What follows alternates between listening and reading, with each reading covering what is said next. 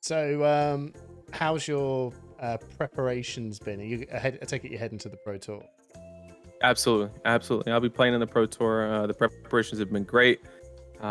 Basically, I've narrowed down to 3 decks. Currently, at the top of the list is Briar Bravo and Tree Frog Dash. Is currently, Very good. yeah. Thank you so much for jumping on anyway, Nathan Crawford from the Card Yep, Guyz. Thank you so much for yep. jumping on. I don't know if I'd put him in D, but this is Let's put him in D C. for Dark Horse, not D for being bad. Okay, D for Dark Horse. He doesn't run D-Reacts though, so we have to go ahead and push it anyway. Just how it feels. And then Phi into Briar would be 50-50. Phi into Viscera would be slightly unfavored. Right, that's how we're gonna read that. You're obviously. How long have you been doing the content creation? Have you done anything prior to this? This is both my first TCG and first crack at content creation, so I'm fresh on everything basically. Wow, But it's a blast. It's a blast. brilliant, brilliant. You took the answer straight out of that because I was going to say, how's that been? It's been brilliant. It's awesome to hear. So, what made you want to go into content creation? I mean, I've always been on, some of the videos of, we make tier list videos on the channel and stuff like that. But I've really been making a push for like live streaming and stuff, and it really boiled down to a couple months ago. I was asked by Flake and Uber to be on the Goliath Gauntlet too, and so I was able to participate in that. And if I'm being honest with myself, it basically I didn't feel like I had earned it. Yeah. The spot. There's so many good players. Like UK's got like, I mean, there's just so many, right? And I just kind of asked myself, I was like, I know I'm a solid player, but I was like, do I really? So I said, you know what? I'm going to, no matter how this shakes out, I'm going to start pushing content and try to earn what I preemptively got, and to kind of Oh no, do I it mean that way. they invited you. It's Right. you Right. obviously you had some solid results for them to turn around and go, yeah, we want Hmm. to get you on. You've got a great personality about it. I mean, that's pretty much Right. that's all it takes, right? Absolutely. To get on. There's plenty of people that get on many content shows, and it's more down to the personality of it Absolutely. rather than the earning. But I've noticed you have been doing a lot of live streaming. Hmm. How's that been? Is that kind of like your Pro Tour rep stuff, or just discovering new decks? It's a little bit of everything. I'm been known for my Runeblade play and a lot of Briar, and I can she's tell with the coming up to, border. yeah, You yeah, go yeah. I on know about. she's just hanging out back there. So like I've been looking for other decks to kind of change to when LL eventually inevitably happens. So I've been using the live stream to like just try different decks for after Pro Tour basically. And then also it's just a great way to interact with the community. It's grown so much. I've only been doing it for 6-7 weeks, and we've been averaging 60 to 100 active viewers at one time, which is Oh, amazing. I mean, it truly is. yeah, it's brilliant, isn't it? Hmm. When you're pushing for something and you just see that nice, continuous, steady growth of like it starts off with a handful and then it growing. It's very encouraging. So, Absolutely. so heading over to Pro Tour, and you've got your team. So you're with the guys on your channel. Is that your testing team? Is it any bigger than that, or is there stuff that you do? Team up with people internationally, or Absolutely. So we obviously test within the team, but there's also a lot of people that just met throughout the community that I try to utilize as much as I possibly can. Like anytime I need a game against Bravo, or like just try a new strategy against Bravo, you got to hit up Kel McCreath, right? Mm. Like that just makes the most sense. Yeah. So I've played a lot of games against him and like Ethnic Smoke for Icelander. Just a lot of people that I've met throughout the game. I've just kind of stayed in touch with them, and like if I need to try a new strategy into a specific deck that they specialize in, I'd definitely try to leverage that. Yeah. Awesome. So, what made you want to form a team in the first place? Right. First TCG and it's a big jump. How did that come about? Well, originally, Kyle and Alex were the ones who originally established the team, and it was actually a Yu-Gi-Oh team back in the day. That's where the team actually started, and then they eventually pivoted into Fab, and that's when myself and Joshua Lau, the warrior extraordinaire himself, were asked to join the team, and that was approximately probably February of last year. Yeah. So we've been on the team for almost a year and a half, give or take. Yeah, and then is being part of that team also being able to produce content, or is there people? Because I don't. It's really, it's probably not new, but it feels like there's not very often where you get like a team of people that test professionally, and also all of you become also content creators at the same time. Does that make sense? Normally you go, Right. are you a content creator or do you play the game? And it's very rare to get a whole team that goes, we're all it. We're doing it all. Right. Yeah. Do you know what I mean? So Absolutely. absolutely. When the guys with the Yu-Gi-Oh team were they doing content with Yu-Gi-Oh at the time? No, so we weren't around for the Yu-Gi-Oh. We came on just for the Fab portion, and number one foremost before like anything, the number one consideration when adding people to the team. This is what Alex and Kyle said. They said that chemistry was number one. So first we're just a bunch of guys that like to hang out. Yeah. We all we're all just cool with each other, and it's a blast, and that's why the content just comes so natural. We just load up the cameras and we just go. We don't plan anything out. We just and it just works because it's no different than if we were just hanging out in one of the guys' living rooms, just chatting. We're just doing it with cameras in our faces. It's awesome, man. That is so cool. Yep. So, how much have you guys found the Outsiders set? Now, it'd be silly for me to say, did this change the meta? Because to be honest, you had 200 plus cards. The answer is, well, yeah, of course obviously it's going to change. Right?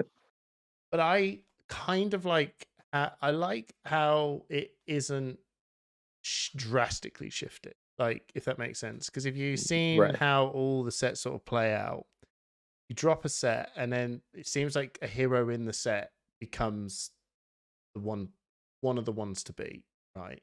And then the ones that, like, for example, Monarch comes out. So what are the pre-existing heroes that were before Monarch? Well, Monarch's dropped, so now Chain and Prism are just like they're just too good. They're good, right? I know, and that's an extreme. And same with Tales of Aria. It's again another extreme of Briar and Oldhim, right? And then Uprising comes out, right? And then you go, oh, okay, so what's the hot? Okay, well, unless the big old ones go, it's Fi and Icelander, right? And it's like, okay. And then it's actually surprising that this new set's dropped. And it is normal to go, oh, Azalea's hot, right? But it just doesn't feel like it's smashed too in your face. Does that make sense? The way Chain did, the way Briar did, the way, and even Iceland, to be fair, actually, to Icelander. Or Fi. When Fi just dropped and everyone went, oh, Stubbies with Fi. That was a whole nother ballgame. that was very much high levels of dumb. High levels of dumb. Right. And then Icelander took its time to get there. How do you feel that Outsiders as a set has been for competitive play going forward? Has this been a very successful, exciting set, or is it underpowered, or what's your thoughts?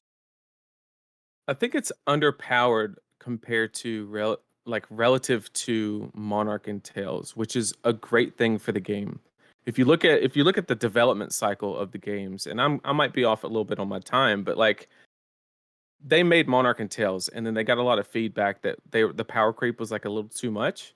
So if the average set takes a year and a half to develop, then we're basically coming to the point to where they have got that feedback a year and a half ago and changed the development of the set. So they've had time to actually adjust the power level of the set.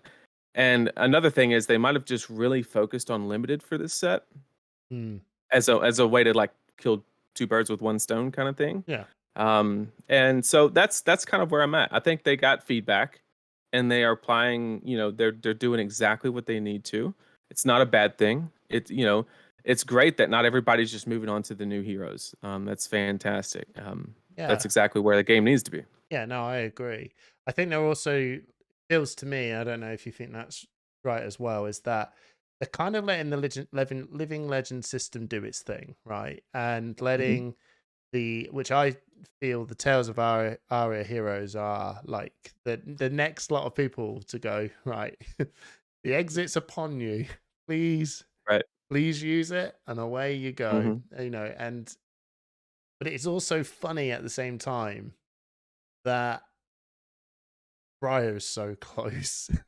It's So close. so close. So close. Do you obviously you're a big, big Briar fan, and then I heard your latest tier list that she's just not there. And hmm how do you feel with that? Like, to me, I feel like if Briar goes, it does affect my favorite hero, Viscerai. Right. There's no bones about it. I Yep. really want that. I actually really would like her to move on, because I don't know. She's not actually going to fundamentally change the meta.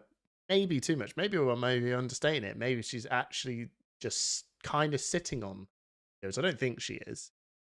But with her gone, I don't think it would make any drastic changes. Mhm. Rosetta will go. Oh no, Rosetta. But it just feels like Right. Rosetta is. It's funny how people just move on, right? From Mhm. Rosetta's Absolutely. broken, must be banned. And then it's just like Now it's Codex. no one cares. No one Right. the power of waiting is strong. Mhm. How do you feel with Briar just being so close, but yet just can't clinch it? Does that make sense?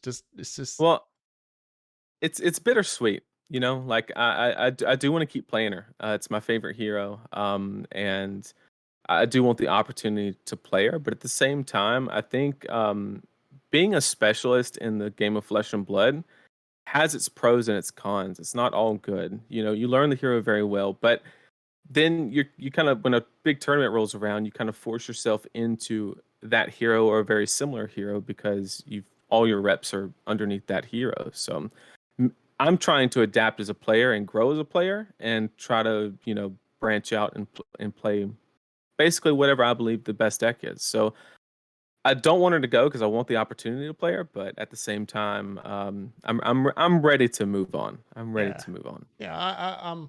I'm with you on that. So what's and you say this on your channel. I'm sure you do, but it's awesome to get a solid player, and I don't really tend to get a lot on. Used to, but I haven't had a solid player on for a long time. And we're coming up to the Pro Tour this week, next week. Next weekend. Yep. By the time this drops, everyone, Close. it's going to be this weekend coming. There you go. What do you think?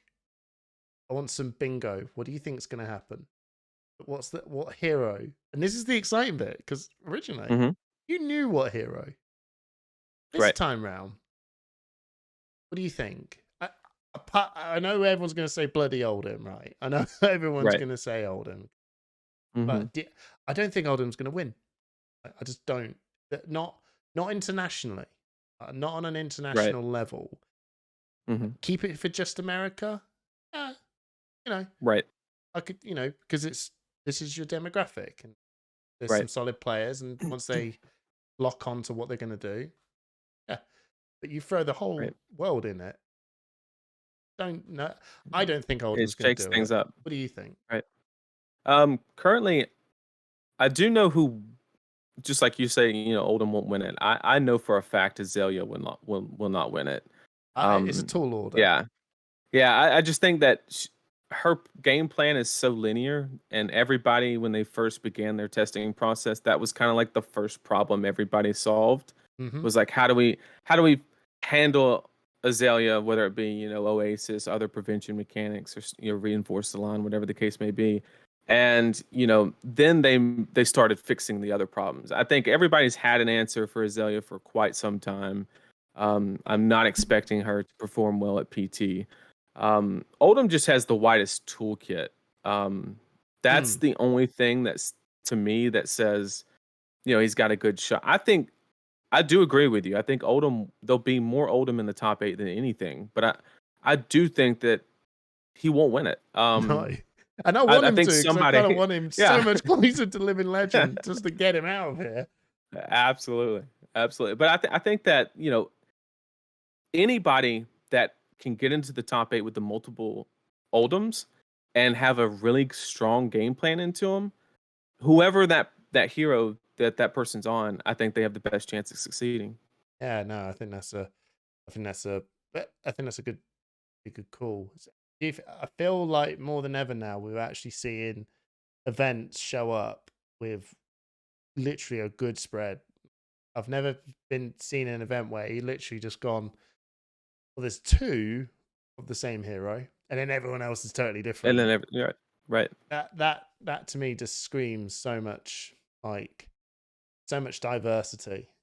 meta at the minute. And I think it is down to the fact that the set isn't overpowered, like you said.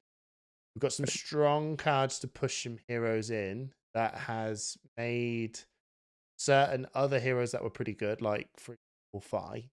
That was he was good. I know Belittle Ban was a hit, but he still wasn't truly down and out. Now we've got some actual fresh cards in the fresh meta. Go, hey, we really are in so much trouble. By just him going is actually opened the doors for quite a few other heroes to go, oh, I don't know, really have like Romai, for example. A world where other heroes are making my worst matchup go. Perfect. That's exactly what I need. But at the same time, we talk about all these CC heroes, but not just about that. Draft. It's your ability to know how to draft. How's your testing going with draft? The testing's going great. There's a lot of things that we're learning. The biggest difference about this set from Uprising was Uprising, you were really just trying to get 30 good cards. And like at least 30 playables. Like that was the number one goal was, man, I just really need 30 cards to play in my deck. And because it was very easy to just play your hand out offensively, right? But in Uprising, you're always getting 30 cards. I mean, the draft has to go like very badly to not get 30 cards in Uprising. There's so many generics. There's just so much. And so I think it's very interesting. I think the plan that I like the most right now is actually picking class cards first, because I think the majority of people will pick generics to stay open. But if everybody picks generics to stay open, then come pick 4 or 5, the whole draft is just in anarchy, because everybody is picking all the class cards at the exact same time. So there's no signals, right? Everybody's just sitting on a pile of generics. Yeah. So I like to pick the class card while everybody else is staying open with generics. I'm sending a signal to 3 to 4 people to my left saying, hey, you should probably avoid this when you finally, get settled in. And that leaves it more open for me. So that's kind of a strategy that I've had a lot of success with. Awesome. Do you think that the balance of power of classes is a lot more workable, if that makes sense? It feels like from Tales, and this is coming from a non-super pro player. I play competitive, but from my gut feeling of Tales of Aria, Uprising, and now this, every one of those sets, maybe even Monarch, there actually.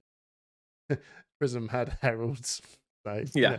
But every set seems to have a hero that just doesn't have a weapon, and it's that weird, like, okay, 2 dudes are cool, 1 dude, janky, weird as hell. You know what I mean? It's like okay, so wizards or a ranger, and in this one, so I guess the long way of going around it is that rangers a viable choice in draft? Absolutely. Rangers are phenomenal in draft, and not just Azalea. The common perception was that Azalea, there was no real reason to draft Riptide, and I don't agree with that statement. Because it just requires different cards, right? You're not trying to pump 3 times and then send a regular arrow with Riptide. You're just trying to pump, send like a Death Touch or the Virulent Touch or whatever, the one that gives you the Blood Rot Pox if you block it, kind of situation. And then just kind of take spots in tempo, and because the hero ability allows you to dodge the cost of the bow. So you can run the deck in a much more like red line fashion, which increases the threat density of the deck and basically makes fatigue basically non-existent. Because when you're sending 8 to 9 every single turn, only utilizing 2 to 3 cards, your opponent's going to be blocking with 2 blocks every now and again, and it's gonna their deck quality will drastically decrease. Yeah. But with Assassin and the Ninja as well, Assassin and Ninja being in the set, do you think what's your kind of first take predictions of what the international thing are going to do? Is it going to be very similar to UPS, not you, Uprising, that everyone's going to go, I'm doing this, everyone's going to go Assassin, or everyone's going to be Ninja because they're the defined ones? Or is it kind of actually now this is really super open, everyone's going to be well behaved, and you know what I mean? I think there'll be a little bit of it, and it revolves around the fact that Assassin has the largest card pool. And and the reason for that is like mathematically is you have hybrid cards Mhm. that are both Ninja Assassin, and then you have hybrid cards that are Ranger Assassin.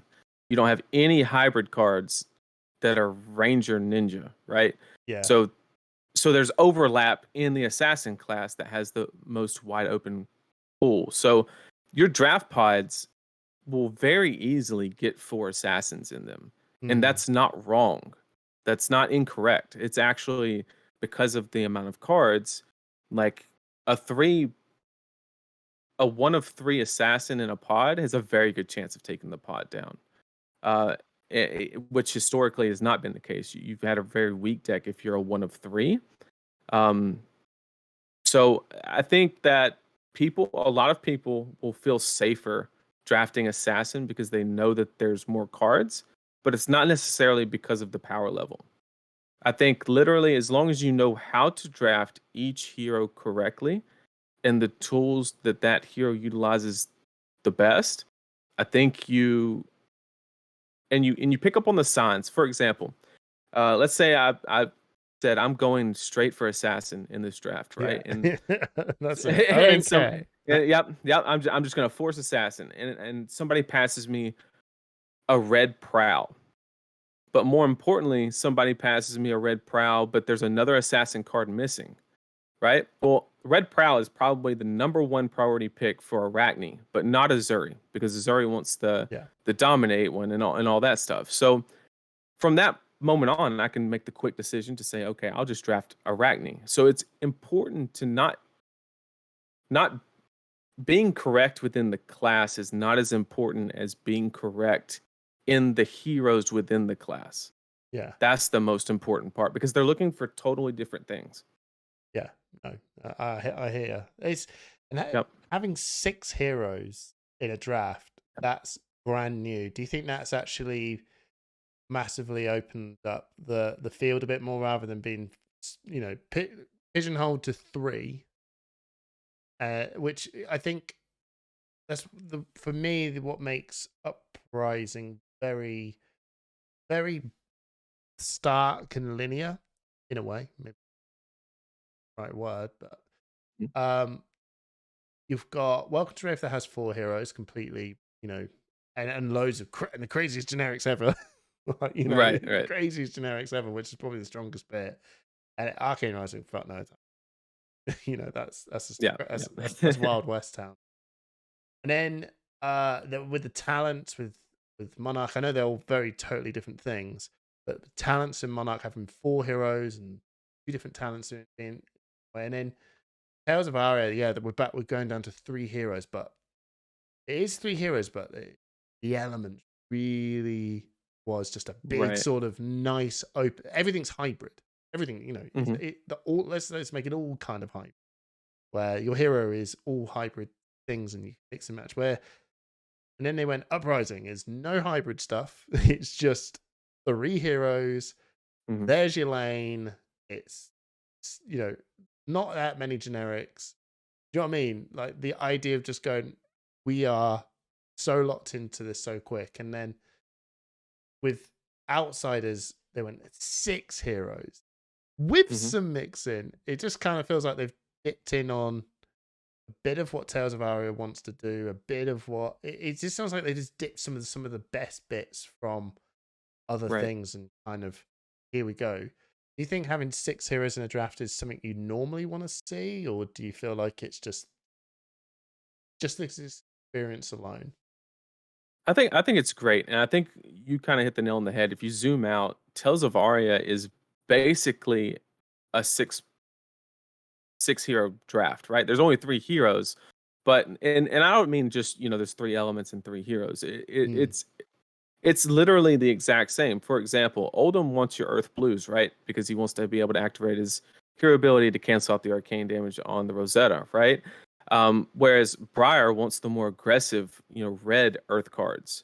So that's literally no different than Benji wanting the weak yellows because they're not blockable, and then Katsu wanting the beefy reds, right? Like that. There's no difference between those two situations. So I think it's literally just that remolded into a more flavorful, and kind of they did balance it, right? Yeah. They removed arcane. Yeah. This is the with first balance. right. No Rosetta. I mean, this is they there's no arcane in the set, which is it's the best thing ever, to be honest, because it felt so bad because you just couldn't do anything. Like there was a lot of the aspect of the game that you just like Icelander even in Uprising. It just she could put you in that spot very quickly where it just doesn't matter what I do. If I overextend, I'm dead. If not, and at best I have Helios Monitor to save me, which isn't even that great. So I think it's a great system to operate on 6. I just love it. I love the experience. It keeps things so open, and the amount of generics are great. I think it was a very, very well designed limited set. I would argue better than WTR. Ooh. I did play a bit of WTR. I never actually did manage to get a shot to play a lot of it, but I had a go of it, and it felt good. I think the biggest thing is feeling full blocking. That makes sense. Like Uprising was blocking felt horrible. It felt just it felt horrible blocking. It just felt that you're just handing over tempo. Whereas in this one, like you have to. Yeah, you have to. God, yeah. The on hits on this are bonkers, and everyone's got them, right? It just has that nice vibe of back and forthness. Sort of, you're all kind of mid-rangey.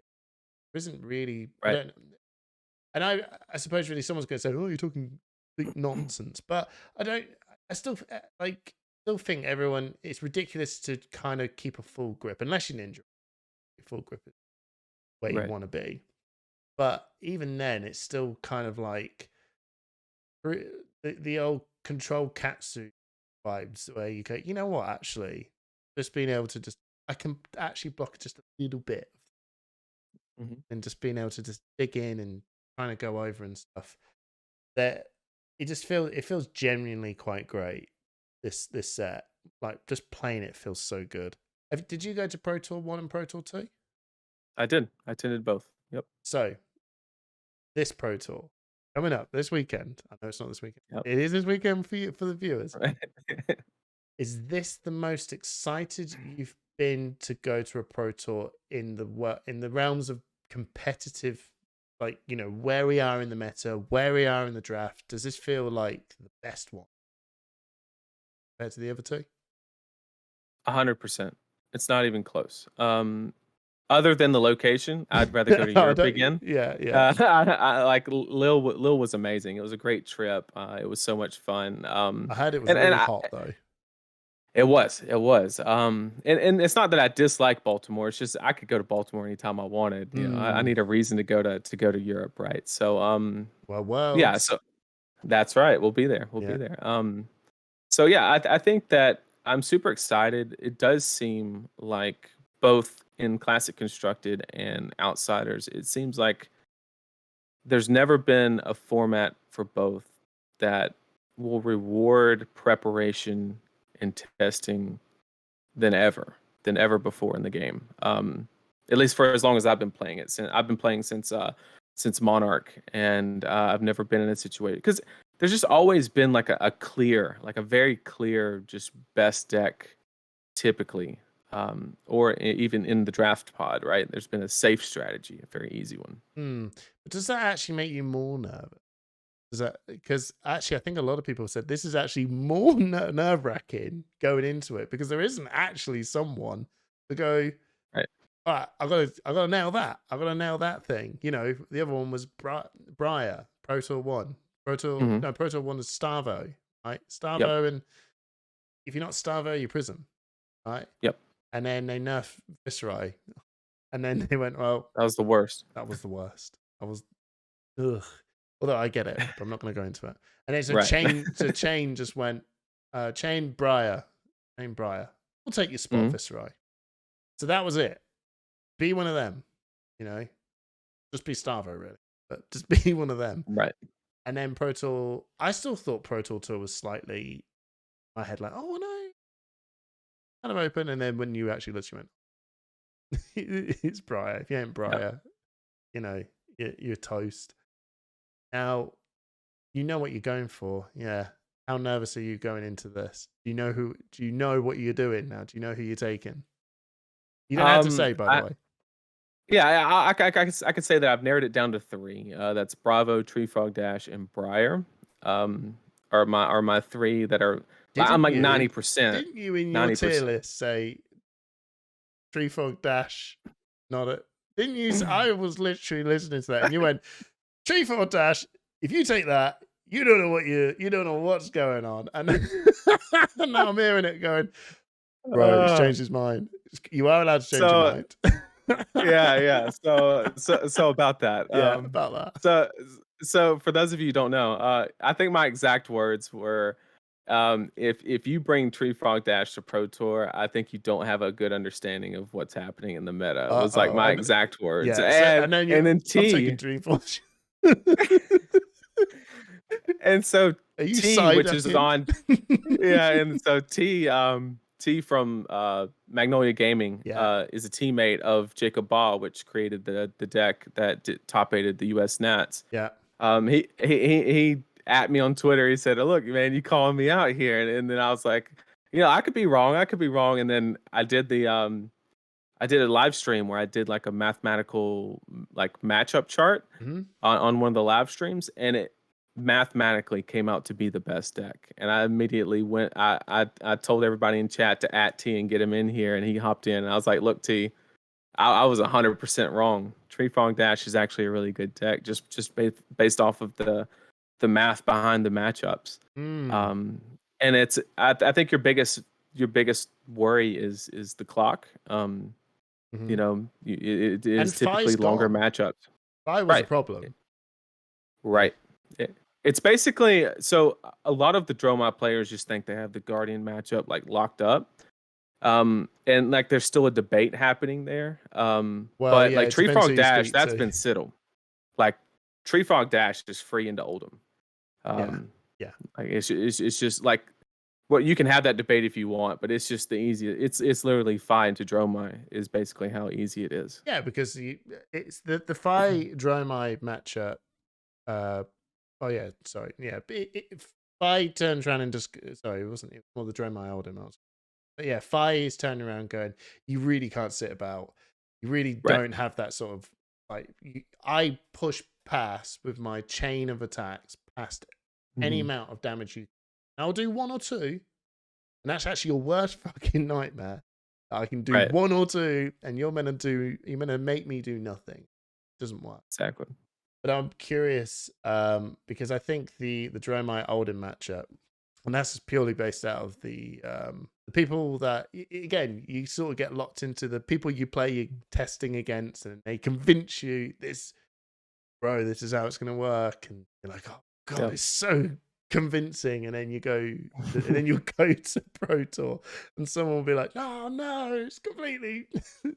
Yeah. You Yeah. know, we completely looked at it all wrong. This guy showed up from, I don't know, Poland. Shit, fucking didn't expect that sort of deck. But I've been watching like Jamie Faulkner, who obviously shown a lot of people on our channel, luckily, the art of Dromai, and we did this awesome video of how to take on Oldham Dromai. By the way, everyone, I know there's new cards, but fundamentally that video is the most like, this is what you got to do. And I now sit there and go, nah, I think the Dromai Oldham matchup is hard. It's the hardest thing in the brain power to get through, but it's utterly manageable. Right. I'm curious what this tree frog dash into Dromai will be like. Christ almighty. I think that's going to go to time. Yeah. I mean, it's probably unfavored into Tree Frog Dash, but if you think about it, Tree Frog Dash is great into the Rangers. It's good into Oldham, so that's automatically probably like a solid 40 to 50% of the field. It's almost a free game, which is what makes it so appealing. Now you just fold to aggro, you lose to Dromai, or you unfavorable into Dromai. Ninja. Yeah, Ninja and Briar are probably your two worst matchups. And Icelander, because she can just frost hex you out. Yeah. But like that's such a small percentage. I know it is true, but it's even hearing that now, and with the meta, like with no target, like apart from Oldham, I'd probably say Oldham, Dromai, and I don't care. I know Azalea probably won't. Azalea will show up in 4. It just will. Yep. It's just so open, I suppose. And I think I said this to everyone. I don't know whether you agree with me on. Is that the control heroes need to know who they're going to control. They need time to work out what is it everyone's doing. And I think for this Pro Tour, normally we've had like a series leading up to a Pro Tour. So the last year we had Pro Quests followed up by Pro Tour 1. And then we actually had Pro Quest 2, which was a series which was, you know what I mean, leading up to a sort of big event. We haven't had a series for sort of outsiders. We don't have these like, here's a shit ton of events. This is what Skirmish was. Skirmish was the series leading before the thing. You know, we just don't have this data, maybe, you know, the raw worldwide data of things. It just feels, you know, the control heroes, it must be very nerve-wracking. Sort of go, have I controlled right? Does that make sense? Have I controlled the right people? Right. Absolutely. I think it comes down to basically, if you go all the way one direction or the other, in the direction of control or aggro, you're just relying on gym pairings, right? Because you can't have a valid strategy on either end of the spectrum that's just good into all those decks. It's just not possible. And but in a format that there's no clear outlier, maybe that's the optimum strategy. Like it very well could be. Like maybe you do have to take a little bit of a chance on the matchups in the gym pairings. Right. I mean, it just could be optimal to take that chance. Yeah. So you got your 3. Is there so? Well, it doesn't really matter because you know Treeford dashes as you didn't pick that round. So, but who are you leaning on today? With every and don't worry, everyone, he has the absolute right to change his goddamn mind. But today, that's right. You feel him. If the tournament was in 3 hours, I'd take her. You take Briar. Take Briar. Oh, okay. I would take Briar. Why? You just, and I saw your tier list. You're like B tier, bro. Yep. So the thought process there was it has a very good Oldham matchup. Yeah, but you got that endless cycle Yep. of Yep. just And yep, for anybody that saw the Indianapolis stream on round 5, I did the Wrights loop and I then saw the it. fatigue Oldham. Yep. It was the That was most. It was the most like. It was beautiful to watch, just seeing, and Yep. everyone's like, "Oh, I can't possibly do that." So just pitch him, bro. Just pitch him, right. and then you'll see him again, and you'll say, "Just pitch him again," and then all of a That's sudden it. you'll get blues, earths, you roll him. That's all you need. That's it. Don't You just die. loop it. And yep. And so like you got a solid matchup into Dromai. I know a lot of the Dromai players would say that it's like 50-50 or they Oh, might be mate. favored, but Channel Mountain I actually Heroic. think Channel yeah, Mountain it, Heroic. it turns everything into a popper, you know. Yeah. But you have to be careful because anything you use to pop, that's 7 damage you could be throwing at her. So that's something you got to be careful of. But solid matchup there. It's bad into the Rangers. There's no way to sugarcoat that. Briar is just not where you want to be against Lexi or Azalea. I think the matchups are manageable, but Codex of Frailty really did push the Rangers over the edge in that matchup specifically. You got your heart. You could just turn around and go, "Sorry, bro, Channel Mountain Heroic into absolute hell," and I just keep this Right. up, more hell, and then you drop, "Oh shit, sorry, bro, Channel Mountain Heroic." It's just hell, right? Right. You can. Mhm. It's just like a Bravo crippling crush into spinal crush into all dominated. And you're like, "Oh, you just drew perfect every hand." Yeah, sorry, nothing you can Mhm. do. Every hero, even Viscerai, turn around and go, "Sorry, bro." Right. More Just high roll tied potential. into Yep. this, into shrill, Yep. into bam. Sorry, you're fucked. But Mhm. yeah, and does it make you feel comfortable, like knowing that? And I suppose really that's the whole point, isn't it? You just who knows? Who knows Right. what you're gonna just roll into? You just Right. surely it's down to surely it's just down to the reps and feeling comfortable with the hero and actually recognizing when things aren't going wrong or when you lose. I think that's an important thing. You are extremely likely to lose. The odds are highly stacked against. But if you take someone you just kind of know, you don't really kind of know how you lost. That makes sense. Exactly. Right. Yeah, you're like, I lost. Oh, what happened? Oh, this and that and fuck, Right. Whereas Right. if you lost with Briar, I would know exactly why. yeah, and you actually makes you feel all fine. You get over it way quicker. Mhm. Go, yeah, fuck it, that. Right.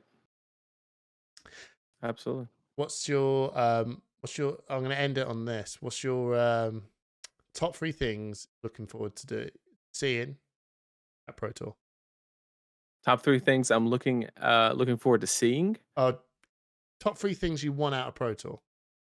Okay, top 3 things I want on a Pro Tour. I want a number one, like above all else is I want just a clean event, right? No, somebody swaps a card or anything. Like I think that those are the most negative things that can happen toward the game. I just want I want the best player in that day to take down the event and nothing else to get in the way of that. So when you mean like someone just intentionally cheating, is that what you mean? Yeah. Yeah, or Yeah, just because fuck ups anything like happen, that. sometimes you Right, get right. something, and you're like, Right. someone did whatever. But Right, when right. someone's going and really just shaded that entire tournament, Right. this guy is like, getting into the top 8, and you find out an entire draft, Yeah. he just cheated his way in. It just goes now, fucking. Yeah, it just takes Feels- the whole thing away. Yeah. But the second, I would say, I just want to have a good interaction with every single person that I run into. No matter what it is, whether it's just somebody saying hi or playing a game that I lose. It's very important to like keep up. Everybody loses a game, like it Yeah. happens. Maybe less so if you're Michael Hamilton, but it still Hey, happens. bro, Michael Hamilton loses games. He creeps. Right. He's not top of Swiss. You know what I mean? He wasn't top of Swiss at Worlds. He wasn't top of Swiss at the calling. All you had to do, be top 8. Right. All you need. Right. Just get in top 8 and you're Absolutely. in. Doesn't matter if you're top of Swiss. Yep. Yeah. And so positive interactions with everybody that I come across. And lastly, I want the last rated Rosetta swing ever. Yeah. You imagine you went and Briar is in the final. You won 2-2. and you go 2-2 and it wins. And That's that it. get that card, take it to James White, sign it. Yep. The Rosetta, open the doors of living legend. Absolutely. Man, and then there's and then there's 2 Pro Tour. Oh, man, Yeah. Matt Folks would be like, no. Yeah, he wouldn't be too happy. He wouldn't be a happy camper. But how exciting is that though? The thought of yep. like another. It'd be really cool if it wasn't Briar, but it'd be awesome if it was Briar. But there's a calling as well. You never know. It could be like Right. it could be a Right. Prism job. You know. Yep. She didn't Yeah. she didn't win Pro Tour. She won a calling, and everyone, yay! That was probably Right, more right. exciting in a way. But it'd be so. It's just so cool to have another stamp hero in the halls of legends. Just another mark in there.